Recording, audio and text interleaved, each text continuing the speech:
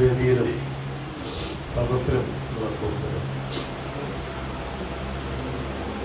ഞാൻ ഇവിടെ ചെറിയാൻ ജോസഫ്. ഇവിടെ തൊട്ടടുത്ത് തന്നെയാണ് നമ്മുടെ ഓഫീസ്. നമ്മുടെ കേരള സ്റ്റോപ്പിൽ മാംഗോ ബേക്കറിയുടെ മുകളിലാണ് തൃശ്ശൂർ ജനസംസ്കാര ചലച്ചിത്ര കേന്ദ്രത്തിൻ്റെ ഓഫീസ്. മാത്രമല്ല, ഞങ്ങൾ നടത്തി വരുന്ന ഇൻ്റർനാഷണൽ ഫിലിം ഫെസ്റ്റിവൽ തൃശ്ശൂരിൻ്റെ ഓഫീസ് മാത്രമല്ല. ഞാനിവിടെ മുമ്പ് ഒന്നിനാണ് വന്നത്, പല പരിപാടികൾ കേൾക്കാൻ വന്നിട്ടുണ്ട്. ഈ ഷോരയുടെ പരിപാടിക്ക് അറിഞ്ഞപ്പോഴും അത് കേൾക്കാനാണ് ഞാൻ ഉദ്ദേശിച്ചത്. കേൾക്കാൻ വേണ്ടി വന്നു തന്നെയാണ്. പരിപാടിയെല്ലാം മുന്നേ സാറ് വിളിക്കുന്നത് സഭാഗത്തിലെ ഒരു പറയുന്ന വന്നു. ഞങ്ങൾ തൃശ്ശൂർ കഴിഞ്ഞ 20 വർഷമായിട്ട് തൃശ്ശൂർ ഇൻ്റർനാഷണൽ ഫിലിം ഫെസ്റ്റിവൽ തൃശ്ശൂരിലോട്ട് ഒരു ഫെസ്റ്റിവൽ ഇൻ്റർനാഷണൽ ഫെസ്റ്റിവൽ നടത്താറുണ്ട്. അതിൻ്റെ സെപ്റ്റംബർ 26 മുതൽ ഒക്ടോബർ 2 വരെയാണ് അത് ഒരാഴ്ചക്കാലം ചെയ്യിക്കാൻ ഉദ്ദേശിച്ചത്.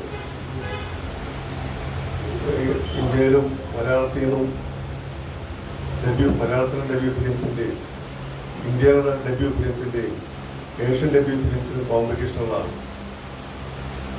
അവർക്കൊക്കെ പ്രൈസ് മണി ഉണ്ടാവും. ആ രൂപത്തിൽ ഏറ്റവും പുതിയ ഒരു സംവിധായകൻ്റെ 1200ാമത്തെ സിനിമയ്ക്കാണ് നമ്മൾ കൊടുക്കുക. അതിനുള്ള ഒരു മത്സരമാണ് നമ്മുടെ തൃശ്ശൂരിൽ നടക്കുന്നത്. പക്ഷേ അതിനുവേണ്ടി മാത്രമായിട്ടുള്ള ഫെസ്റ്റിവൽസ് വളരെ കുറവായിരിക്കും. ഇന്ത്യയിൽ തന്നെ അത്തരത്തിലൊരു ഫെസ്റ്റിവൽ നടക്കുന്നത് IFFT ആണ്, തൃശ്ശൂരത്തെ ഫെസ്റ്റിവലാണ്. ഒരുപക്ഷെ കേരളത്തിലെ IFFT കഴിഞ്ഞാൽ ഏറ്റവും കൂടുതൽ കാലം നീണ്ടു നിന്നുള്ള ഫെസ്റ്റിവൽ തുടർച്ചയായി നടക്കുന്നത് ഈ ഫിലിം സൊസൈറ്റിയിലാണ്. ഞാനിപ്പോൾ ഫെസ്റ്റിവൽ സെപ്റ്റംബർ 29 മുതൽ തുടങ്ങുന്നു എന്നുകൊണ്ട് പറഞ്ഞത് മാത്രം. ഷോരെ ഞാൻ കാണുന്നതൊക്കെ എനിക്കുള്ളത് ഒരു തൃശ്ശൂർ രാഗം തിയേറ്ററിലാണ് ഷോരെ റിലീസായത്.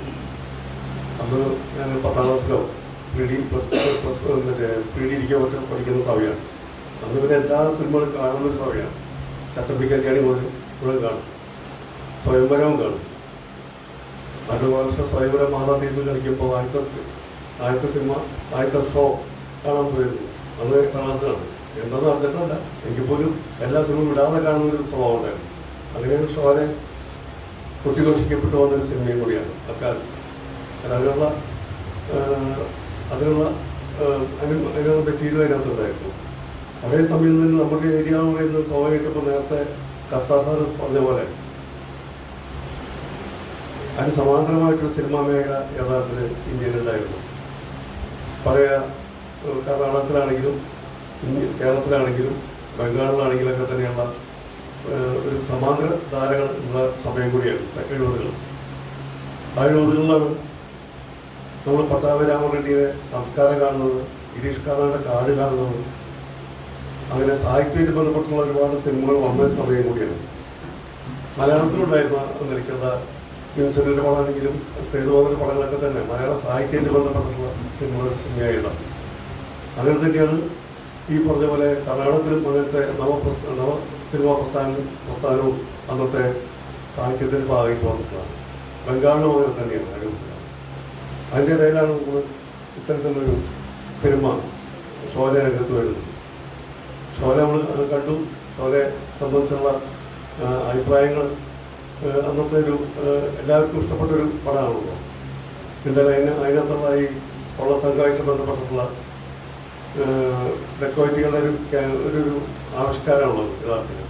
ഒരുപക്ഷെ വെസ്റ്റേൺ സിനിമകളായിട്ട് ബന്ധപ്പെട്ട അന്ന് പറഞ്ഞിട്ടുണ്ടാവാം. എനിക്ക് പോലും വളരെ നല്ല രീതിയിൽ ഡൈവേഴ്സിറ്റി എടുത്തിട്ടുള്ളൊരു ചിത്രം എനിക്ക് തന്നെയാണ്. 50 വർഷം കഴിഞ്ഞിട്ട് വീണ്ടും അത് ആഘോഷിക്കപ്പെടുന്നു എന്നുള്ള കാര്യം വളരെ പ്രധാനമായിട്ടുണ്ട്. അതിനെക്കുറിച്ചുള്ള ഏറ്റവും വിശദമായിട്ടുള്ള കാര്യങ്ങൾ വിനോദ് സാർ പറയുന്നതിന് ഞാൻ മനസ്സിലാക്കുന്നത്.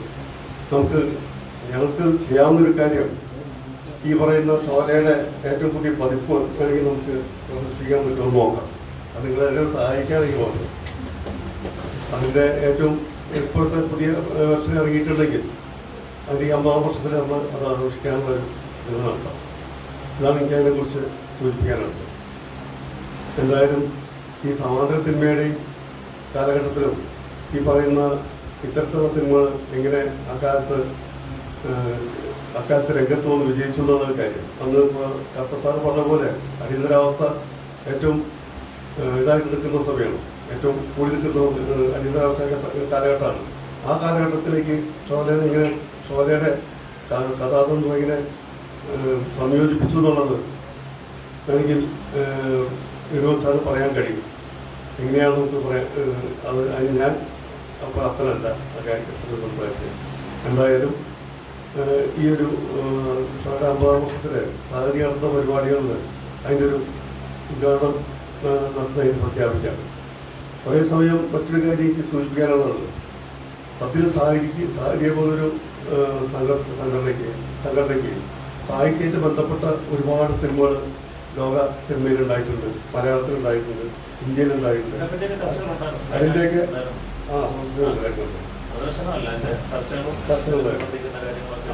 അതിൻ്റെയൊക്കെ ഇപ്പോൾ നമ്മൾ ബന്ധപ്പെട്ട ഫിലിം സൊസൈറ്റി അസോസിയേഷൻ തിരുവനന്തപുരത്തൊക്കെ അത്തരം സിനിമകൾ പ്രദർശിപ്പിക്കുന്നുണ്ട്.